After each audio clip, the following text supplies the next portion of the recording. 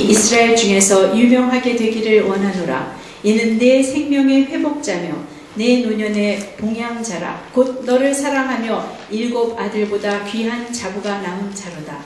나오미가 아기를 위하여 품에 품고 그의 양육자가 되니 그 이웃 여인들이 그에게 이름을 주되 나오미가 아들을 낳았다 하여 그 이름을 오벳이라 하였는데 그는 다윗의 아비인 이새의 아비였더라.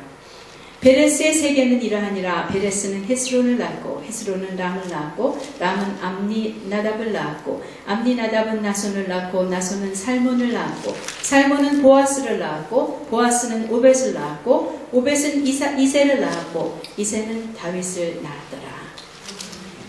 이 본문 내용을 우리가 나누기 전에 먼저 이 룻기의 배경을 잠시 나누는 것이 우리에게 큰 도움이 될 것이라고 생각합니다. 그 시기는 사사기 때였습니다. 사사기 다음이기 때문에 사사기가 끝난 다음으로 생각하기가 쉽지만 그것도 사사기 초에 첫 번째 사사인 온니엘과 두 번째 사사 에훗 사이에 일어난 그때 있었던 역사적인 배경이 있습니다.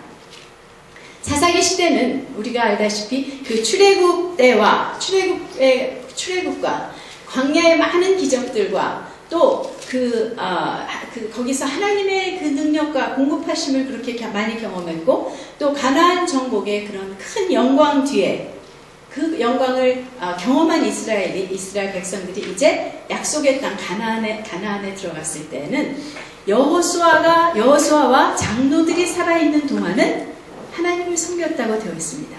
그러나 여호수아가 죽고 장로들이 다 죽은 다음에는 모두 하나님을 잊고 바알을 섬기는, 하나님께서 그렇게 당부하셨던 바로 그 땅에 거민들이 섬기는 신을 쫓는 이러한 엄청난 실패 속에 있는 정말 어두운 시기였다는 것을 우리가 알고 있습니다. 그래서 하나님께서는 이웃 백성들을 통해서 재앙을 내리셨습니다. 그러면 그 괴로움이 심해질 때 하나님은 불쌍히 여기셔서 사사를 세우셔서 건져내십니다.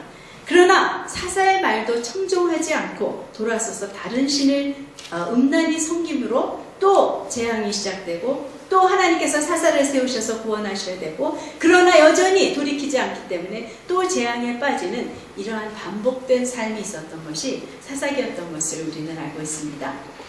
사사기의 결론 21장 25절은 이렇게 말하고 있습니다. 마지막 절이죠. 그때 이스라엘의 왕이 없으므로 사람이 각각 그 소견에 오른 대로 행하였더라.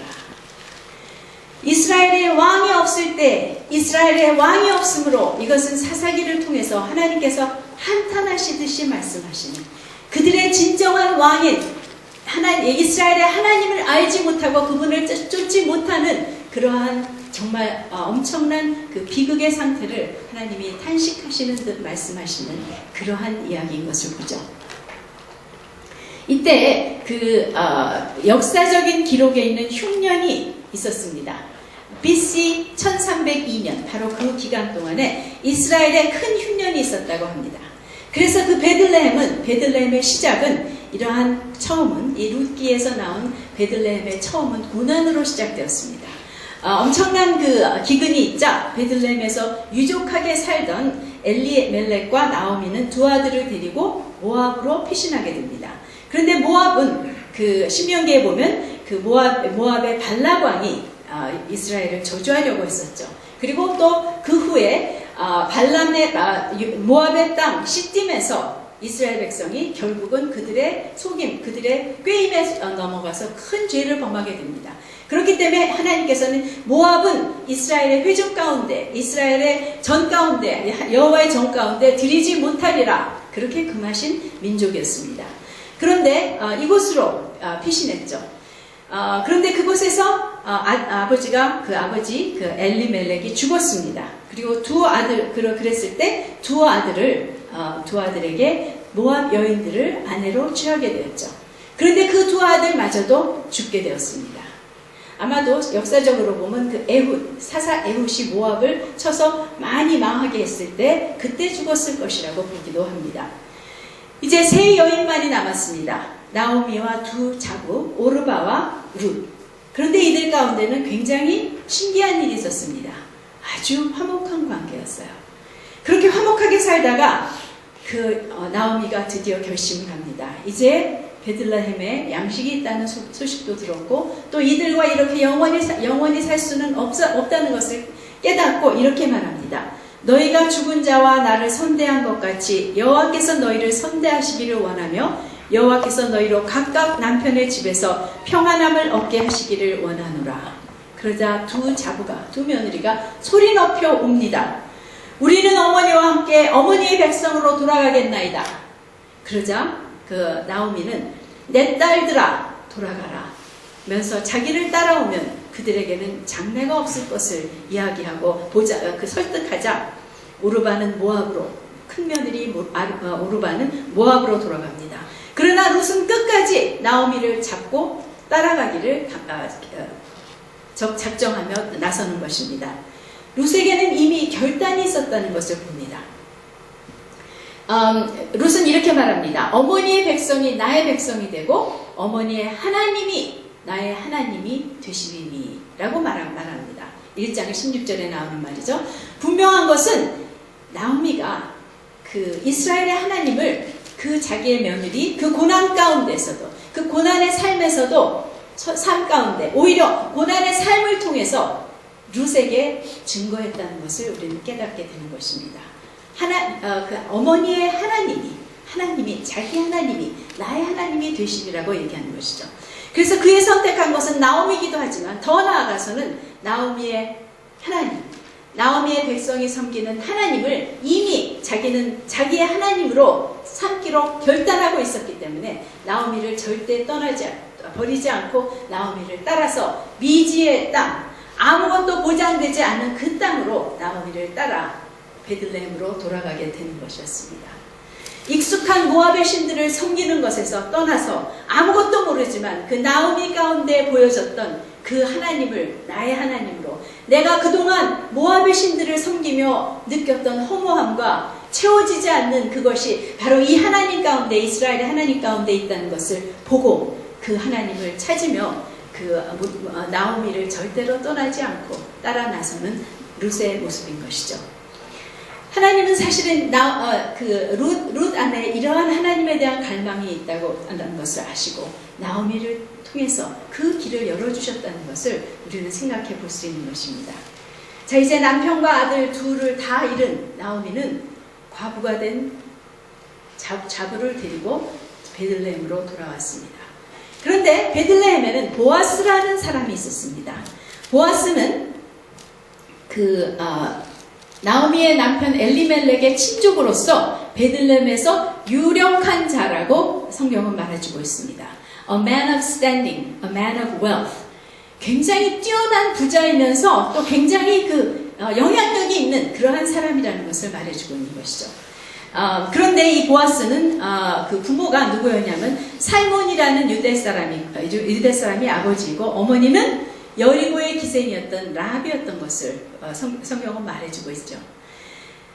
그런데 이 보아스의 삶은 이 사사기의 어두운 정말 그 사사기를 보면 기가 막힌 일들이 많이 나오죠. 어떻게 하나님을 섬긴다고 하면서 이러한 일들을 이렇게 무지하고 이렇게 기막힌 일들을 오히려 가나안 땅의 다른 민족보다도 엄청나게 잘못된 일을 심지어는 동족 상쟁의 일까지 일어나는 이러한 일들을 하게 될까 하는 이 어두운 사사기와는 상관없이 마치 구별되어 따로 있는 것처럼 놀라운 그러한 평화롭고 넉넉한 삶을 살고 있다는 것을 보게 됩니다. 그래서 보아스의 등장하는 첫 장면은 풍성한 수확을 거두고 있는 일꾼들에게 찾아와서 그 일꾼들을 축복합니다. 이스라엘의 하나님이 너희와 함께 하시기를 원하노라. 그러자 일꾼들도 하나님 여호와 하나님이 당신에게 더욱 복을 주시기를 원합니다 하는 그러한 축복을 나누고 있는 장면을 보게 되는 것이죠. 그런데 이제 베들레헴에 도착한 룻은 생계를 이으려고 남의 집 밭에 가서 이삭을 지으려고 했는데 마침 우연히 보아스의 집에서 죽게 됐습니다. 사실은 우연이 아니었죠. 하나님이 인도하신 발길로 보아스의 집에서 이삭을 주어서 생계를 유지하려고 했던 것입니다. 그런데 이미 나오미와 룻에 대해서 소문을 들은 보아스는 룻을 알아보고 그에게 특별한 은혜를 베풀면서 보호하고 후대하고 넉넉한 식량을 주는 것을 보게 됩니다. 내 딸아 라고 부르며 그렇게 후대하는 모습입니다. 그러면서 롯을 축복합니다. 여호와께서 내 행한 일을 보응하시기를 원하며 이스라엘의 하나님 여호와께서 그 날개 아래 보호를 받으러 온 내게 온전한 상 주시기를 원하노라 라고 축복하고 있는 것입니다. 그래서 모든 추수가 끝날 때까지 보아스의 집에서 이삭을 주우면서 시어머니와 생계를 유지하고 있었던 것을 보죠. 자, 이제 이제 시어머니가 이러한 상황 가운데 하나님을 아는 나오미죠. 하나님의 어떠하심을 아는 나오미. 하나님이 그 삶을 통해서 증거했던 그 나오미였습니다. 그 나오미는 지금 보아스의 밭에서 일하고 있는 것이 그저 생계를 유지하는 기회만이 아닌 것을 깨닫게 됩니다. 보아스는 사실 기업물을 그러한 친족이었습니다. 이스라엘의 법에는 어떤 한 사람이 죽으면은 그 친족 가운데 가장 가까운 사람이 그의 것을 다 기업을 물어서 자기의 아들로 삼고 자기의 밭으로 삼아서 그 계보를 이어줄 수 있도록 그 땅이 그 집안에 유지될 수 있도록 해주는 의무가 있고 또 권리가 있습니다. 그런데 바로 보아스도 그러한 사람 중에 하나였던 것입니다. 그 기업은 땅뿐만 아니라 과부가 있다면 과부까지 포함된 것인 것을 또한 우리가 보게 되는 것이죠. 그래서 이 나오미가 룻에게 이렇게 말합니다. 내 딸아, 내가 너를 위하여 안식할 곳을 구하여 너로 복되게 하지 않겠느냐. 내가 너로 결혼을 해서 평안히 살게 해야 될 것이다. 나의 딸아. 이렇게 말하고 있는 것이에요. 그러면서 상식적으로는 사실 잘 용납이 안 되는 지시를 룻에게 합니다. 그 수확이 끝나는 타작마당에서 잔치가 벌어지는데 그 잔치 끝에 그 밤에 보아스가 누운 곳을 도와두었다가 밤에 찾아가서 그 발치에 있는 이불을 들고 그곳에 누워있으라는 것이에요. 그리고 보아스가 하라는 대로 하라고 이렇게 얘기했습니다. 그런데 또 놀랍게 룻은 그대로 순종합니다. 하나님을 신뢰했기에. 자, 이제 룻을 발견한 보아스는 오히려 두려워 말라라고 얘기합니다. 하면서 내가 현숙한 여자인 줄을 나의 성읍 백성이 다 안다 하면서 아주 그를 존중하면서 대하고 참으로 신사적으로 룻을 보호하면서 아무도 모르게 그곳에 빠져나가게 합니다. 그러면서 보아스는 사실은 그래서 이것이 무엇인지 알죠. 자기에게 기업을 물으라는, 나를 취해달라는 것인 것을 깨닫고 그 일을 곧장 시작하게 됩니다. 보아스는 나중에도 앞에도 보고 뒤에도 보지만 굉장히 아마 나이가 상당히 많은 사람이었던 것 같습니다. 내 딸아 했고 또 뒤에도 보면은 젊은이를 취하지 않고 나를 취한 것을 칭찬하는 것을 보게 됩니다. 그렇기 때문에 아마도 자기가 기업 물을 것에 대해서 생각하지 못하고 있었을 것이라고 생각이 되는 것이죠. 그렇기 때문에 이 나오미는 룻에게 먼저 다가갈 것을 이렇게 지시했고, 그렇게 됐을 때 보아스는 그것을 깨닫고, 보아스는 그런데 기업물을 그 친족 가운데 두 번째 가까운 사람이기 때문에 그 첫 번째 사람과 분명히 해야 할 일이 있기 때문에 그 다음날 아침에 성문에 나가서 그 사람을 만나서 그 사람이 포기하자, 그 권리를 포기하자, 과거까지 자기가 맡아야 할 것을 깨닫고 포기하자, 그 기업물을 권리를 자기가 취해서 나오미를 자기의 아내로 맡게 된 것입니다. 이제 오늘 본문 내용은 바로 보아스와 룻의 결혼, 그리고 그 태어난 아들을 축복하며 즐거워하는 베들레헴의 모든 백성과 장로들과 또 여인들의 그 축복의 내용, 또 찬송의 내용인 것을 보게 됩니다. 정말 베들레헴은 놀라운 모습이 있습니다. 모두가 축복하며 함께 기뻐하는 그러한 성읍이었던 것을 보게 되는 것이죠. 먼저는 모든 백성과 장로들이 룻을 축복합니다. 11절 12절에서 성문에 있는 모든 백성과 장로들이 가로되 우리가 증인이 되노니 여호와께서 내 집에 들어가는 여인으로 이스라엘 집을 세운 라헬 레아 두 사람 같게 하시고, 네, 보아스와 룻의 결혼의 증인이 된, 이들이 결혼할 수 있다라고 증인이 된 이 사람들은 이방 여인, 그것도 모압 여인인 룻을 12지파를 낳아서 이스라엘을 세운 라헬과 레아 같은 여인이 되라고 축복하고 있는 것입니다. 이것은 굉장한 용납이죠. 굉장한 포용을 보여주고 있는 것입니다. 그래서 이렇게 이방 여인 룻을 온전히 용납하고 그에게 빈 축복은 사실은 더 크게 이루어졌다는 것을 우리는 역사적으로 알고 있습니다. 룻은 오벳을 낳았는데 오벳은 이새를 낳았고 이새는 다윗을 낳았습니다. 다윗을 통해서 그리스도가 오신 것을 알 때 사실은 모압 여인이지만 과부였지만 가난했지만 이 베들레헴 땅에서 이 여인을 용납하고 받아들이고 또 보아스의 아내로 되는 것을 축복해 주므로 예수님이 오신 통로가 되었다는 것을 보게 되는 것이죠. 또한 이 계속해서 모든 백성과 장로들은 보아스를 축복하고 있습니다. 12절에 보면 너로 에브라스에서 유력하고 베들레헴에서 유명케 하시기를 원하며 여호와께서 이 소년 여자로 내게 후사를 주사 내 집으로 다말이 유다를 낳아준 베레스의 집과 같게 하시기를 원하노라. 그가 아주 더욱더 유력하고 유명한 사람이 되어서 또 룻을 통해서 자식을 주셔서 그의 집이 바로 유다의 집과 같이 될 것, 바로 그 메시아가 오실 집이 될 것이라는 그런 엄청난 축복을 해주고 있는 것이죠. 사실 베들레헴은 아주 작고 대단치 않은 그러한 성이었다고 합니다. 그렇지만 하나님의 마음에는 엄청나게 큰 곳이죠. 베들레헴에서 유명하게 된다는 것은 하늘나라에서는 엄청나게 유명하게 된다는 것을 의미합니다. 베들레헴은 이미 하나님께서 사람이 되어 가실 예수가 나실 곳으로 알고 계셨고 또 작정하신 곳이기 때문에 하나님은 베들레헴을 주시하고 계셨고 베들레헴에서 유명한 이 보아스를 잘 알고 계시며 그의 이름을 존중히 여기셨던 것을 우리는 분명히 알 수 있는 것입니다. 그래서 성경에서는 보아스가 그리 유명하지 않을지 모르지만 어떤 분들은 이름도 잘 모를지도 모르지만 하늘에서는 유명하고 유력한 자라는 것을 우리는 알 수 있는 것이죠. 계속해서 여인들이 찬송합니다. 14절 15절 여인들이 나오미에게 이르되 찬송할지로다 여호와께서 오늘날 내게 기업 물을 자가 없게 하셨도다. 또 16절에서 이는 내 생명의 회복자며 내 노년의 봉양자라 곧 너를 사랑하며 7 아들보다 귀한 자부가 낳은 자로다. 아기를 낳았는데요. 여인들이 룻을 축하하는 것이 아니라 나오미에게 와서 축하하며 같이 기뻐하고 하나님을 찬송하는 것입니다.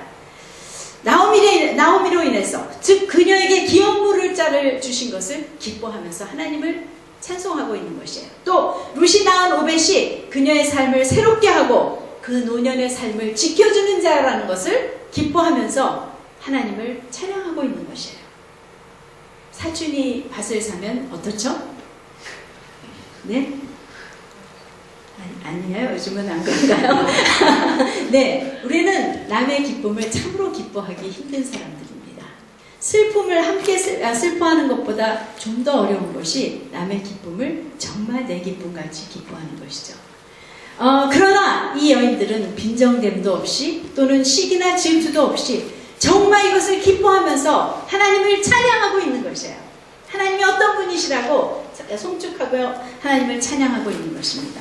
더불어서 또한 룻이 어떤 존재인 것을 인정하고 있습니다.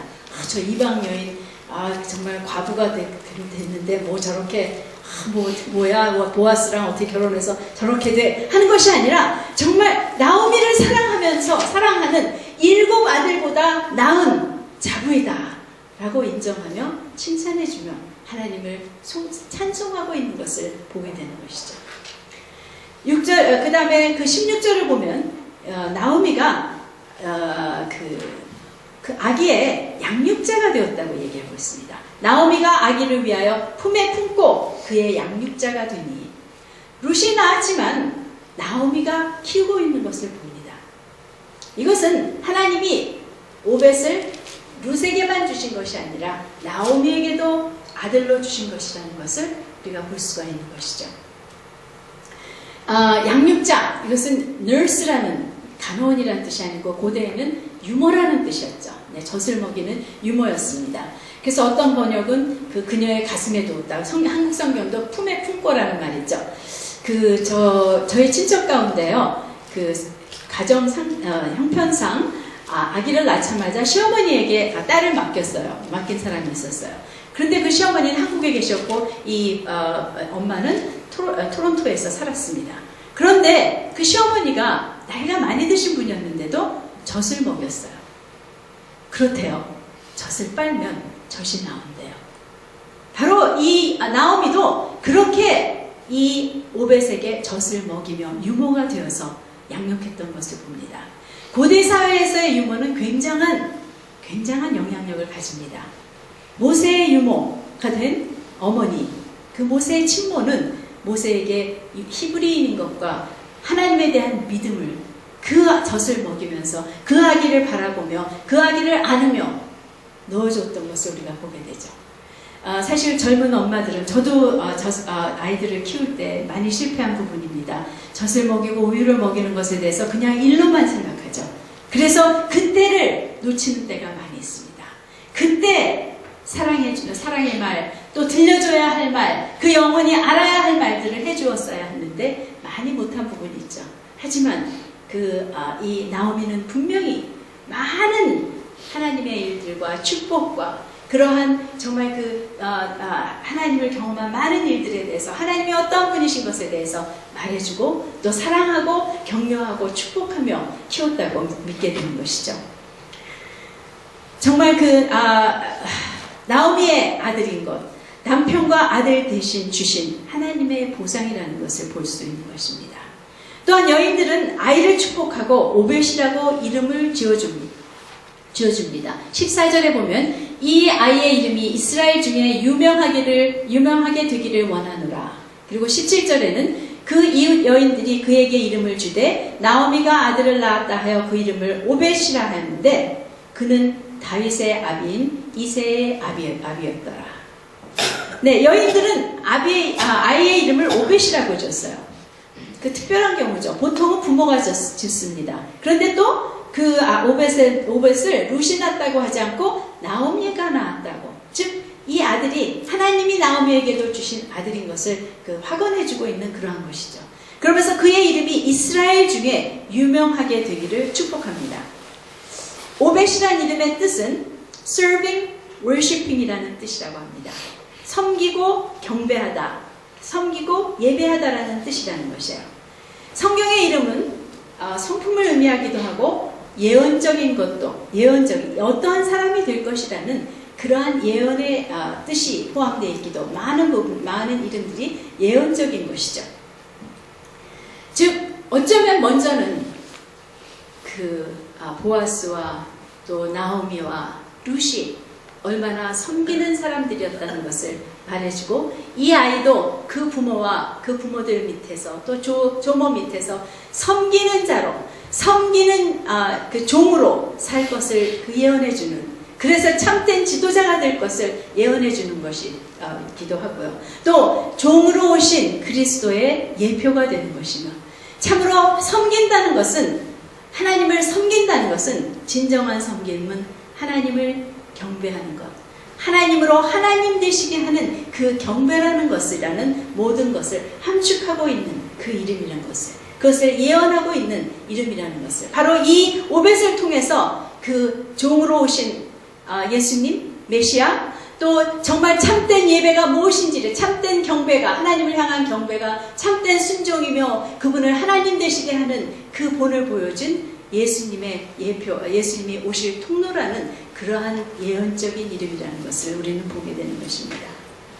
재미있게 아버지 보아스는 베들레헴에서 유명하게 해달라고 축복을 받았는데, 아들 오벳은 이스라엘 중에서 유명하게 되리라는 축복을 받습니다. 그런데 실상 오벳은 이때의 이름, 그저 족보에 나오는 이름일 뿐 그가 어떠한 삶을 살았다는 것은 성경에 나오고 있지 않습니다. 그리 유명하지 않습니다. 하지만 분명 다시 한번 하나님의 백성을 주시하고 계시는 하나님 앞에서는 이 오벳은 아마도 훌륭한 섬기는 삶, 하나님을 경배하는 삶을 살면서 하나님 앞에 유명한 자가 됐을 것을 우리는 분명히 확인할 수 있죠. 여러분, 우리가 천국 가면요, 우리가 잘 알고 있는 사람들이 꼭 유명하리라고 생각할 수 없어요. 그곳에서 유명한 것은 우리를 놀라게, 유명한 사람들은 우리를 놀라게 할 것입니다.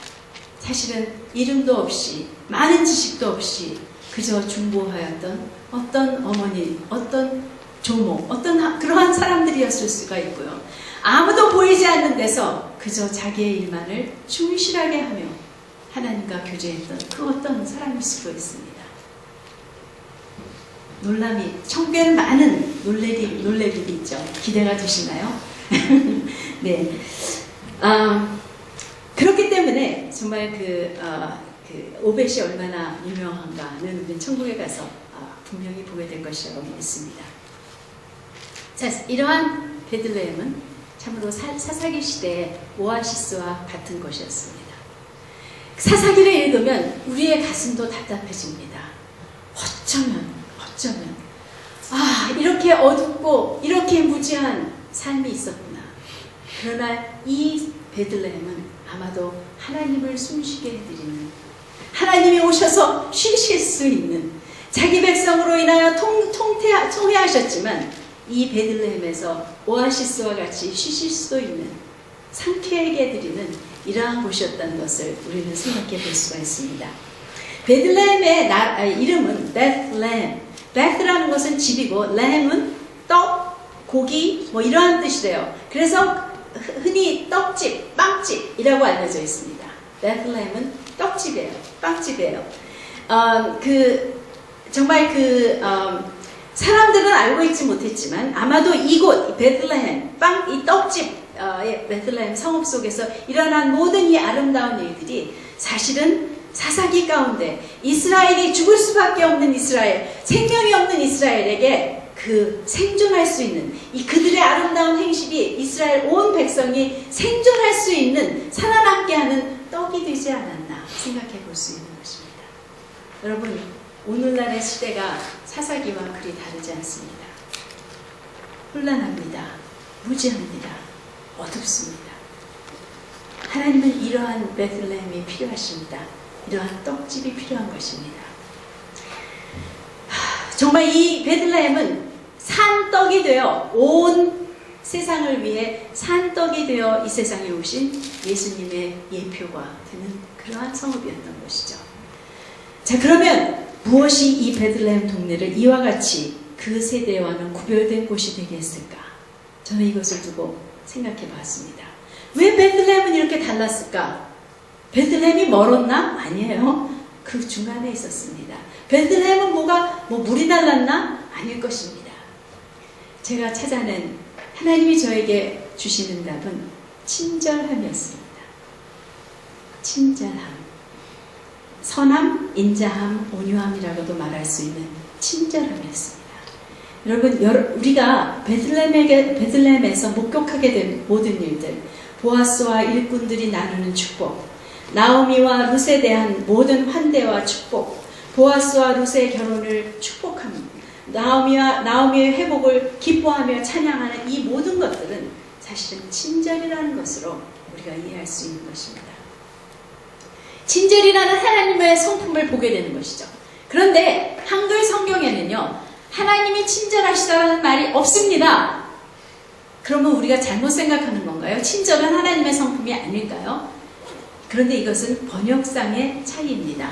한국 성경에서는 kindness라고 말하는 언어, 그릭 말의 언어를 한 번도 친절이라고 번역하지 않았습니다.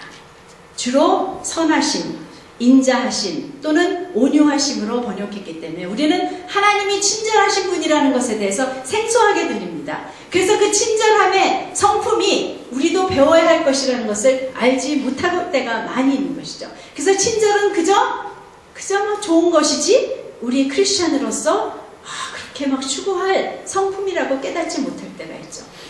심지어는 친절은 어떤 그 상업을 위한, 반드시 상업을 하기 위해서는 비즈니스를 하기 위해서는 친절해야 되고, 또는 호감을 받기, 다른 사람의 호감을 받기 위해서 해야 하는 그 처세술 정도로 생각하고, 또는 필요 없는 일, 공연이 왜 알면 한 번 말했으면 됐지, 또 공연이 뭐 그렇게 그러면 그런 거지 하면서 우리가 하지 않는 그러한 일일 수가 있는 것입니다.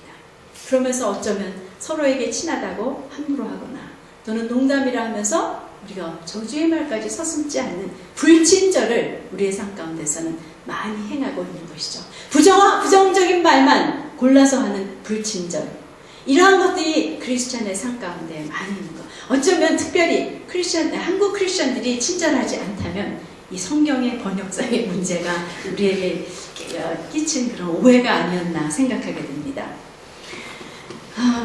그런데 이 한마디의 친절한 말, 한 번의 친절한 행위가 한 사람을 살릴 수 있다는 것을 우리는 알아야 하는 것입니다.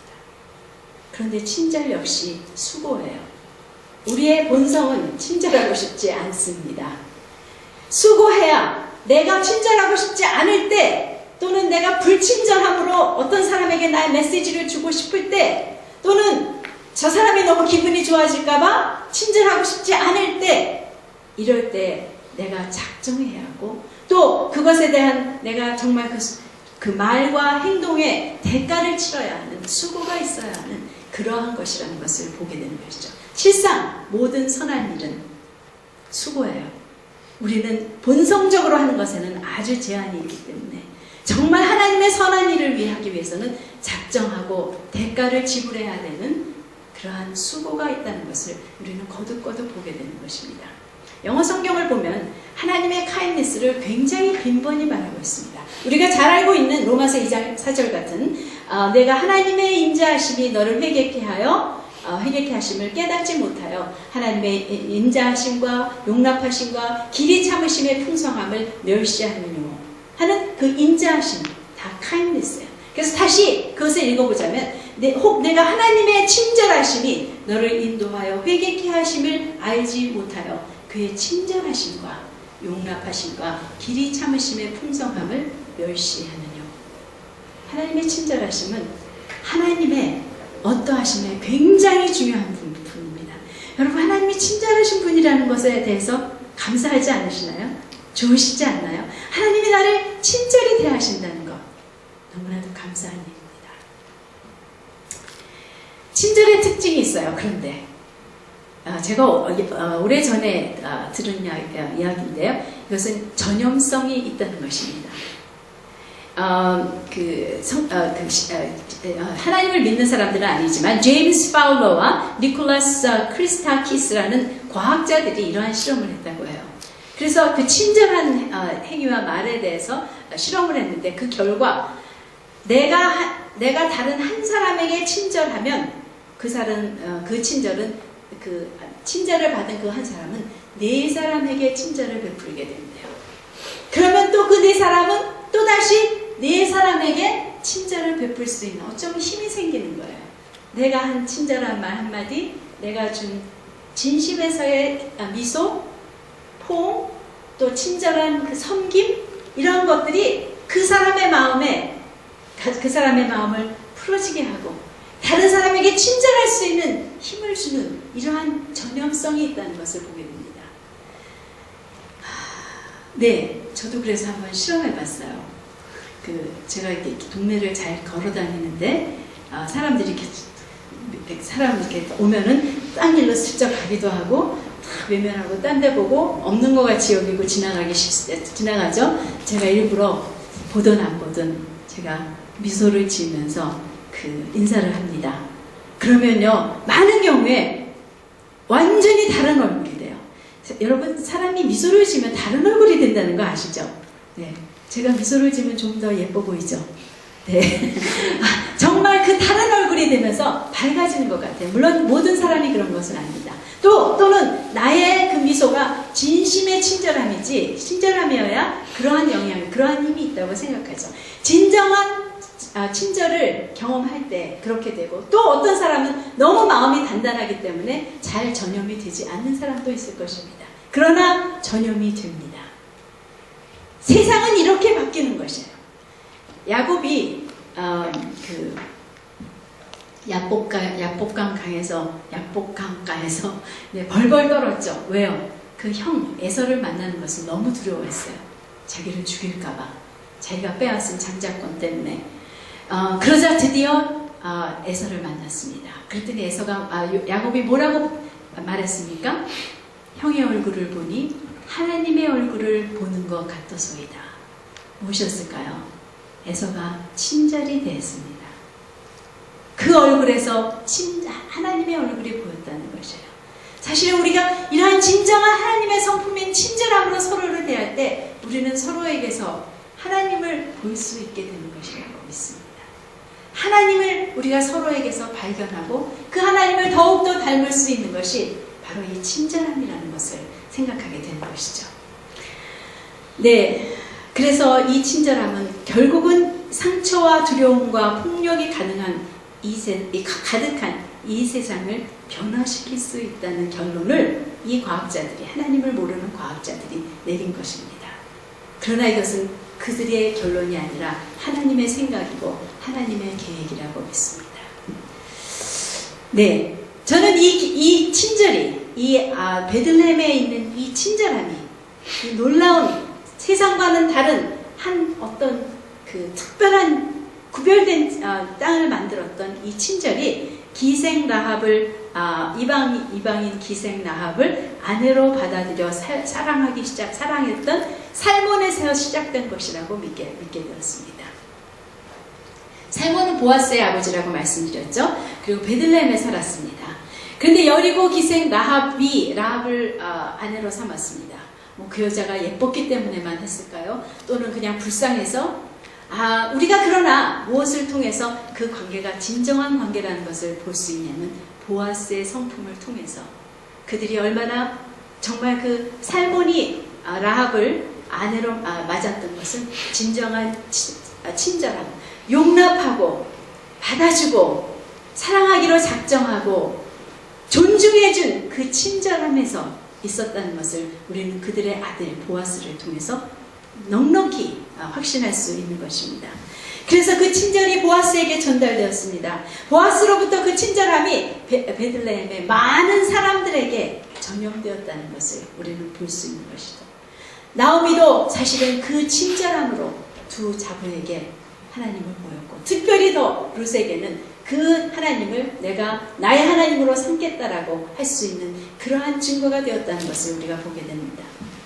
하나님을 말하거나 하나님은 이런 사람이다, 하나님을 믿어야 한다 그러거나, 또는 새벽 기도를 하고 성경을 맨날 읽고 그러한 기록이 없지만 오직 이 친절한 성품으로 인해서 사실은 하나님이 많이 증거되고 그 삶을 통해서 하나님이 그저 드러나고 그 하나님의 얼굴을 보는 것이 바로 이 나오미의 삶, 룻의 삶, 또 보아스의 삶 가운데에서 일어났던 베들레헴 땅의 삶이었다는 것을 우리가 보게 되는 것입니다. 어쩌면 베들레헴은 예수님이 태어나실 그 통로인 이방 여인들을 참으로 용납하고 받아들이고 또 아기를 낳을 수 있는 예수의 그 조상을 낳는 그 사람들이 낳을 수 있는 곳으로 준비된 곳이라는 것을 또한 보게 되는 것이죠. 라합과 욥이 진정으로 용납받고 하나님의 친절하심을 경험할 수 있는 곳으로 하나님이 예비하신 것이죠. 저는 이것을 통해서 결론적으로 우리의 삶, 우리의 일터, 우리의 교회가 사막의 오아시스와 같은 이 베들레헴이 되어야 한다고 저는 생각하게 되었습니다. 그리고 그것을 통해서 여러분에게도 도전을 드리기를 원합니다. 2015년 우리는 베들레헴 떡집이 되어야 하는 것입니다.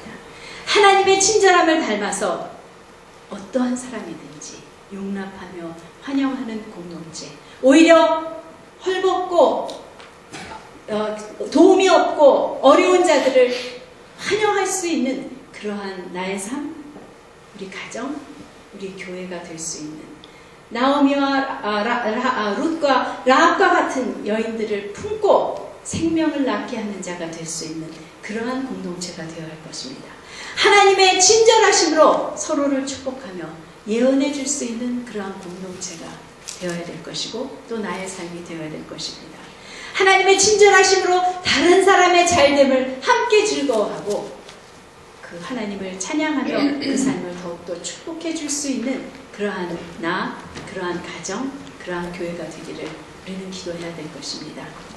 많은 말이 없어도 하나님이 전달되고 하나님에게 올 자들이 있게 되는 그 일이 있게 될 것이죠. 전 또 특별히 2015년 장막장의 사역, 또 이곳에 모인 장막장이들에게 이런 사막의 오아시스와 같은 베들레헴 떡집이 되기를 기도하게 됩니다.